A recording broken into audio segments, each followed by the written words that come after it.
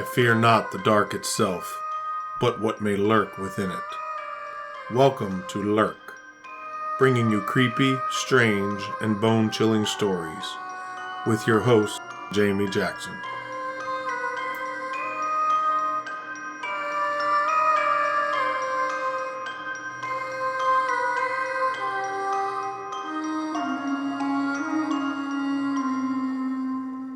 Hey lurkers, welcome to this week's episode. This week we are traveling to Wyoming for some crazy UFO stories. Originally, I started looking into a story that was considered a missing 411 story, but it didn't take long to find out that the story I was looking at was way crazier than a mysterious disappearance. And then I found more. I did read a book for research for this episode entitled Alien Abduction of the Wyoming Hunter, first-person account of Carl Higdon, October 25th, 1974, written by Marjorie Higdon, which is his wife, which you will learn later on in the episode. I will put a link in the show notes for the book. I do not highly recommend reading this book. Just trust that I'm going to give you most of the good bits from the book, with better grammar, punctuation, and prose. So let's get started. A little bit about Wyoming. It is the least populous state, though it is the 10th largest by area. It has the second lowest population density after Alaska. Almost half of the state's land is owned by the federal government, which includes 2 national parks, Grand Teton and Yellowstone. Back in the day, the Oregon Trail passed through Wyoming. I personally died on the Oregon Trail from dysentery. More than once. If you know, you know. Basically, it's a remote state. According to the odds makers at casino.org, there are 2,854 UFO sightings in Wyoming since 1940. That number was as of August of 2019, calculating the chance of seeing a UFO in the state at 1 in 20,500. So it's the state where you're most likely to see a UFO. And that is the topic of our episode today, UFOs. We're going to begin with the story of Pat McGuire. McGuire was a cowboy born and raised in Wyoming. He was not a drinker, which I think is an important detail to know.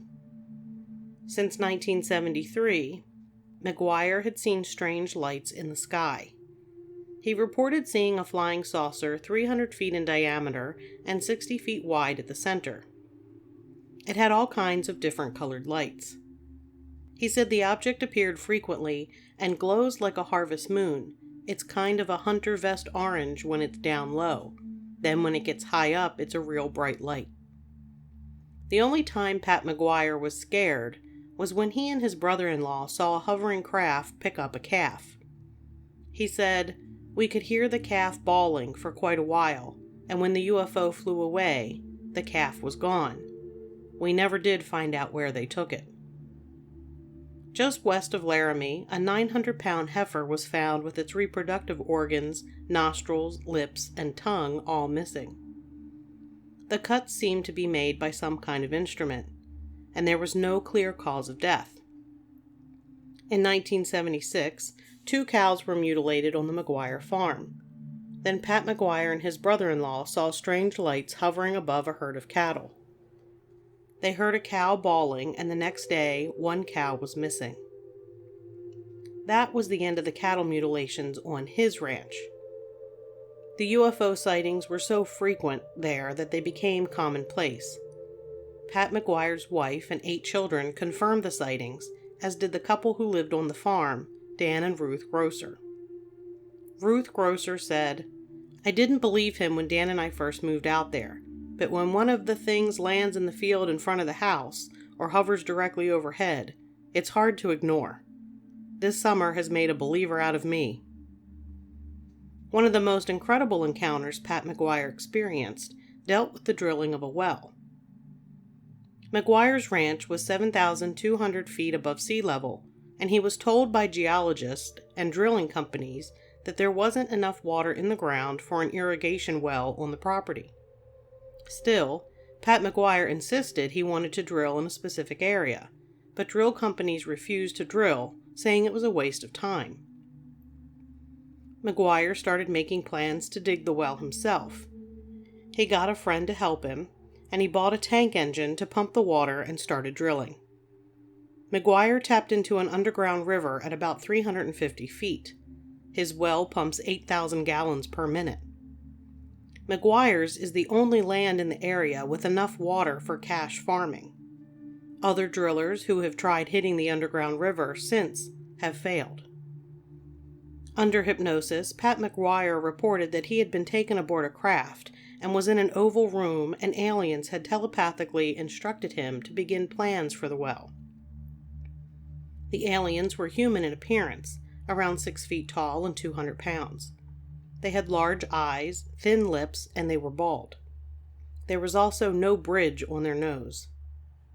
They were dressed in black with silver buckles with raised stars. He said they weren't necessarily from outer space, but could be from another dimension.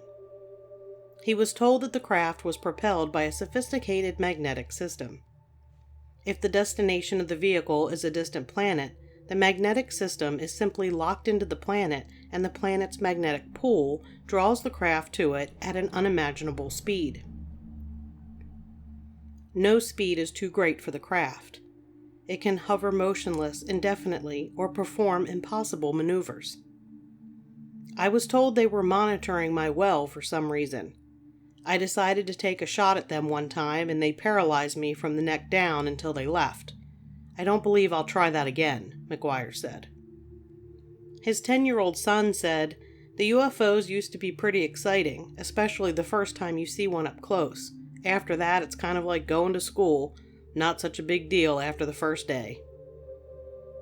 Under hypnosis, Pat McGuire recalled being taken aboard the UFOs 16 separate times. Pat McGuire isn't the only person to have UFO encounters, though. In January 1976, a Campbell County Sheriff deputy was off duty and headed to Gillette from South Campbell County with his family when he spotted a UFO. It was the size of a semi-truck with rotating lights. The deputy flicked off his lights when he first saw the object hovering in the sky. Then he began backing up the car as the thing grew closer. It became whiter in color as he got closer. The deputy backed the car for about a mile, then tried turning around. The object was then about 100 yards away and 10 feet off the ground. It dove down an arroyo into a stand of trees and vanished. The deputy said he and 4 others at a cluster of ranch buildings where he had just come from piled into a truck and headed for the draw. When they arrived, they spotted a bright light dart swiftly from the draw and disappear.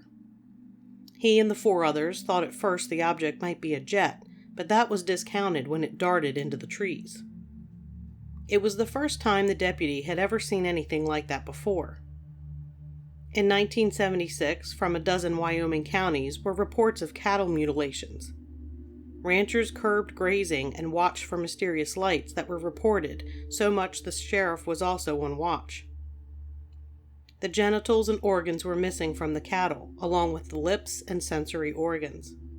There were no bloodstains and no vehicle tracks.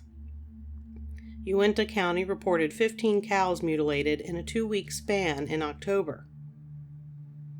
In October of 1976, another man by the name of Woody Polston had his own UFO encounter. He went to the Norris Geyser Basin in north-central Yellowstone National Park. He selected this area because of the stories of strange lights he had heard from old-timers.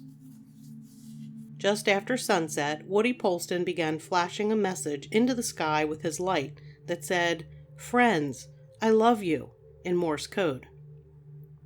He used a portable light plugged into the cigarette lighter of his Mustang. He had been there previous nights, repeating the message 100 times. I do not recommend doing this. Messaging some unknown being that does anal probes, that you love them. Yeah, not a great idea. On this night, Woody Polston saw two distinct objects. He said one of them went from the east to the west and the other went north-south, sort of in orbit. They were quite visible because they were so big and they had that aluminum cover that would reflect the sun's rays. The first one was a cylindrical thing, kind of a disc. It was followed by another craft that Polston said was at least as big as a Safeway store. He said, the big one came in and it had a formation of some lights around an edge and over the right-hand side. He saw an identification of some kind on the right side of the craft that was like an entrance or a telescope. He could not remember if it made noise. Woody said, I think I looked at it for probably 2 to 3 minutes before I fainted. He snapped a few photos before stumbling back to his car, where he curled up under the steering wheel. He spent the next 12 to 13 hours crouched in his car. He continued his story. I was semi-conscious, but not really. I could feel the car rattling or fluttering from my body pulsations. I know that my teeth chattered so hard that my jaws were sore all the way to the top of my head. When Woody gained consciousness, his watch was 10 hours slow. The next year was a rough one.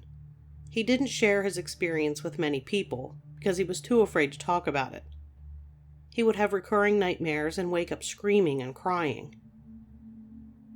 And that brings us to the account that got me looking into Wyoming in the first place.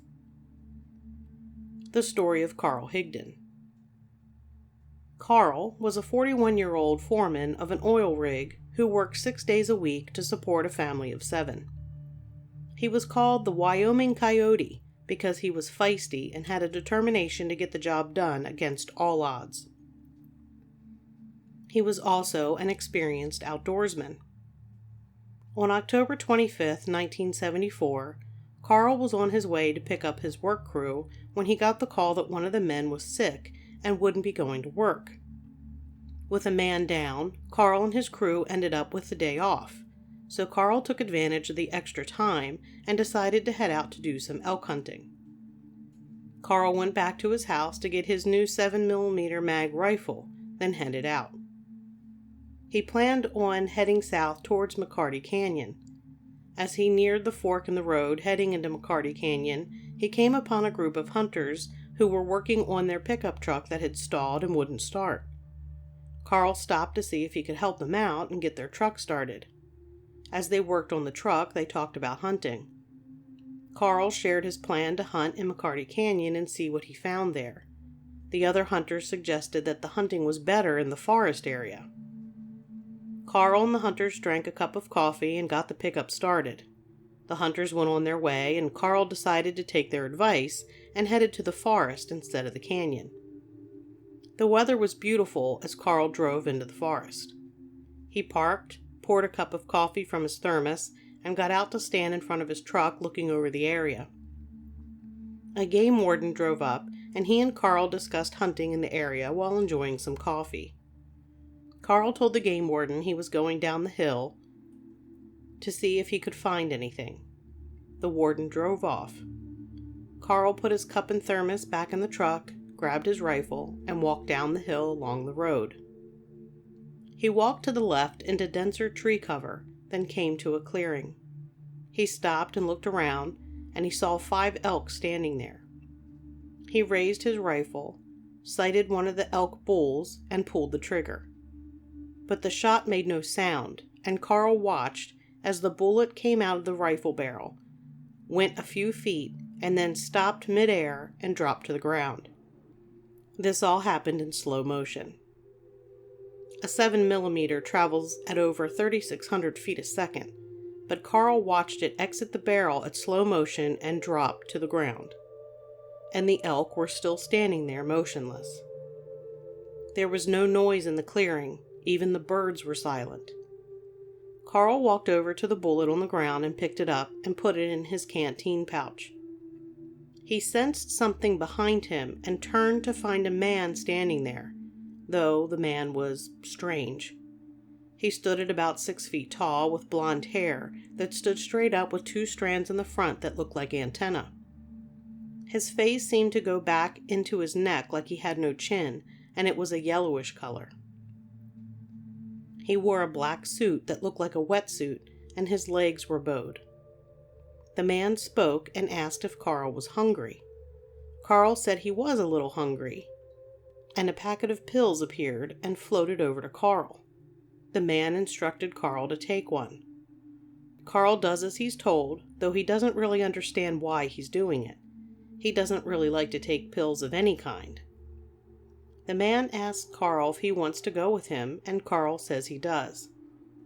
The book actually said, Carl says, I might as well. And I'm going to stop here for a second and say that if you're in the woods and a strange man with antenna hair offers you pills and wants you to go with him, the answer is always no. Always.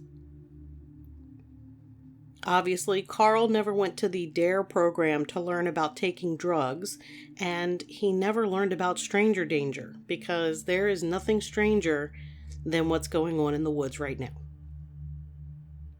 The next thing Carl knows is that he's inside some kind of glass cubicle, sitting in a high back seat that he said was like a bucket seat of a car. His arms were strapped down, and there was something on his head, and he wasn't able to move. The 5 elk that had been in the field were now behind Carl in a cage, and they were motionless. The next thing Carl sees is his truck, as he's looking down on it, as it sits on the knoll where he left it parked. And then, with a wave of the mystery man's hand, the truck disappears. Everything went black, and then there was an intense bright light. Carl could barely open his eyes against the light. There seemed to be some kind of tower where the light was coming from, and below the tower were people. Now there were 2 beings, and they took Carl down a long hallway into a large room where he seemed to undergo some kind of exam. The beings said that Carl isn't what they want, and that they're going to take him back. They take him back into the light. The light is so intense that it burns his eyes and makes him tear up, and it's unlike anything that he's ever experienced before. He's then inside some kind of craft with only one being at this point, who says his name is Alzo 1. Alzo 1 tells Carl that his kind have been coming to Earth for many years in search of fish and animals. Their food is in the form of pills, and 1 pill lasts for 3 days. The pills are made of the fish and animals, and that the ocean on their planet is now yellow and all the fish have died. The being named Alzo 1 continues to tell Carl that his planet is 163,000 light miles from Earth, and that the 9 planets of our solar system supply the magnetic force for the aliens' power. The being takes Carl's rifle and admires it, calling it a primitive weapon, which astonishes Carl because it's a brand new rifle. I don't think that's what I would find astonishing at this point in the story. Alzo also says that they must wear black on Earth because the sun burns them. The craft is now over the forest, and Carl is sent back down to the side of the hill where he slips and falls, hurting his shoulder. Carl doesn't know where he is and has trouble making out the sign that reads North Boundary Lincoln Forest. He has no clue where that is. He walks down the road to the bottom of a hill. He has no idea where he is. He comes upon a truck. It's his truck, but at the time he doesn't even recognize his own vehicle. He ends up getting in the truck and uses the 2-way radio to try to get help. The person on the other end wants to know who Carl is and where he is. Carl doesn't know either of those questions. He tells the man on the radio what the sign said and that he doesn't know where that's located. He also says he's sitting in a truck with a funny stick in the middle. He meant a stick shift, something that Carl knew how to drive for all of his life. Well, maybe not all of his life, since he had his license. The man on the radio keeps trying to get information from Carl, but all Carl says is, I don't know, I'm so cold. In the meantime, Marjorie, Carl's wife, was growing concerned that her husband hadn't returned from hunting yet at 4 p.m. Her friend assured her that Carl was most likely fine, and that if he had managed to shoot an elk, it would take some time to field dress it and carry it out of the woods. So Marjorie waits. Then around 6:30, she received a call from Carl's friend, Bud, who was asking where Carl was, but Marjorie didn't know. Moments later, Carl's head boss calls looking for Carl. He told Marjorie that they knew Carl went hunting, but they needed to know exactly where, because there was a man on the two-way radio they were pretty sure was Carl, but they needed to find him. And so the search began. The sheriff was able to confirm with the game warden that he had spoken with Carl, which allowed them to narrow the search area. An aerial search was requested, but the pilot had had some alcoholic beverages and was unable to fly. The ground search was organized with experienced hunters with four-wheel drive vehicles. Marjorie and two friends, Don and Marilyn, drove out to the search area to wait for Carl to be found. The searchers' vehicles kept getting stuck in heavy mud and were constantly requiring to be pulled out. As they waited for word, Marjorie, Marilyn, and Don tried to get a little rest as they sat in Don's truck. Marilyn dozed off, then woke with a start, yelling for them to stop shaking the truck. But the truck wasn't moving. Then Marilyn pointed out a strange star that was moving and changing color. Don was dismissive about it, and then at that moment they got word that Carl had been found. When Marjorie got to Carl and tried talking to him, he turned to look at her, but it seemed as though he wasn't seeing her at all, and just looked right through her. She asked him if he had gotten an elk, and he responded by looking through the windshield at the sky, saying, "They took my elk, they took my elk," in a sing-song fashion. Carl was shivering, and when Marjorie went to place her coat over his shoulders, he started yelling, "Don't touch me!" All he could manage to do was stare at the sky, singing, "They took my elk, they took my elk," over and over. Carl was taken to the nearby hospital, and on the way he managed to get out of the vehicle. He was in when it stopped. He was screaming, "The lights, oh God, the lights," and it was determined that the headlights were bothering him. They got Carl back to the vehicle and to the hospital. At the hospital, he kept talking about beings and traveling to another planet 163,000 light miles away. He didn't know who he was, and he couldn't recognize his wife. The doctor ordered tests that all came back normal, including a drug screen that proved Carl was not under the influence of drugs or alcohol. He was diagnosed with amnesic shock, and the doctor kept him at the hospital for a few days. While there, he kept complaining about the lights, even though his eyes were closed and at times had a cool compress over them. Marjorie took Carl's clothes home, and as she was putting them away, a mangled piece of metal fell from them. She took it to the sheriff's office, and a deputy identified it as a shell casing, one that looked like it had been turned inside out. Carl's memory finally returns, and he's able to go home. His wife and two children try to get back to a normal life, but Carl is unsure of himself and his sanity. He refuses to drive and does not return to work. He begins having nightmares and he wakes up sweating. It was determined that there was nothing wrong with the rifle, in case you're wondering. At a friend's urging, Carl begins to meet with Dr. Sprinkle. Leo Sprinkle was a psychologist employed by the University of Wyoming who also had an interest in UFOs.